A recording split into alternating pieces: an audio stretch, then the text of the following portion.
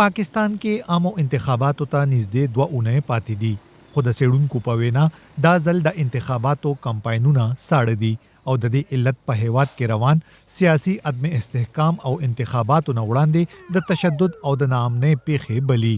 د ملک دهشتګردي هم د سیاسي انجینرینګ حصہ ده. 2008 2013 او 2013 په درې واړو کې مثلا د پښتنو په سیمه کې د دهشتګردي چې په دې په ذریعہ دوی د پښتنو ملي ګرا ګوندونه وطنپال ګوندونه چې هغه لري ساتلي دي انتخاباتو کې ګټلونه نو هغه ته خندونه شي نو دغه خبرې ټول روانې دي ځکه انتخاباتو کې خوند بدل شي هغه انتخابات نه دي لکه نور کله بچي د ورځو کې بو شپې ورځې جلسې جلوسونه نور خبرې بوي هغه نه ښکاري. د ټاکنو نه وړاندې د پی ټی آی مشر او پخوانی وزیر اعظم عمران خان زندان ته اچول شوی دی او هم د هغه د ګوند څخه د پارټۍ د ننه د انتخاباتو په قانوني توګه د نه کولو له کبله د بیټ انتخابي نښه بیرته اغستل شوې ده. خو بلخوا د پخوانی وزیر اعظم نواز شریف ګوند، مسلم لیگ او پاکستان پیپلز ګوند د هیواد په بیلابیلو برخو کې په خلاص مټ انتخابي کمپاینونه کوي.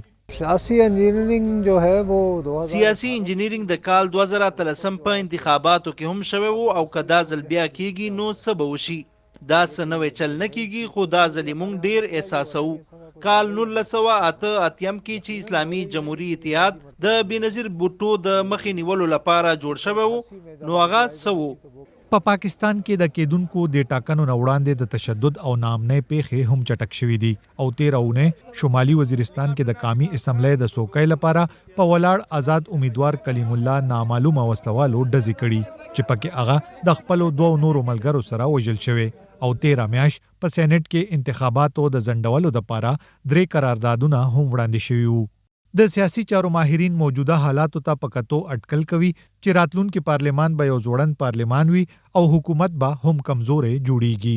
2013 کې دوی لاسوهنه وکړه، درغلي وکړه او تاسو ولیدو چې ملک چې د عدم استحکام ښکار شو، بې ثباتي راغله. اوس که دوی وتې ووایي او درغلي وکړي نو د انتخاباتو نتیجې به ملک استحکام په ځای اړې ګړې پیدا کړي. د الیکشن کمیشن اف پاکستان تر مخه په هیواد کې 11500 پولینګ سټیشنې انتهایی حساسه ګرځول شوي.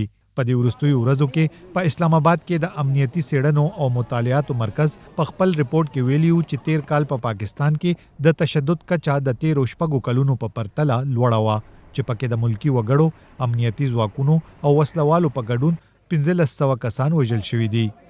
وقار احمد، وایس اف امریکا، ډیوا، اسلام آباد.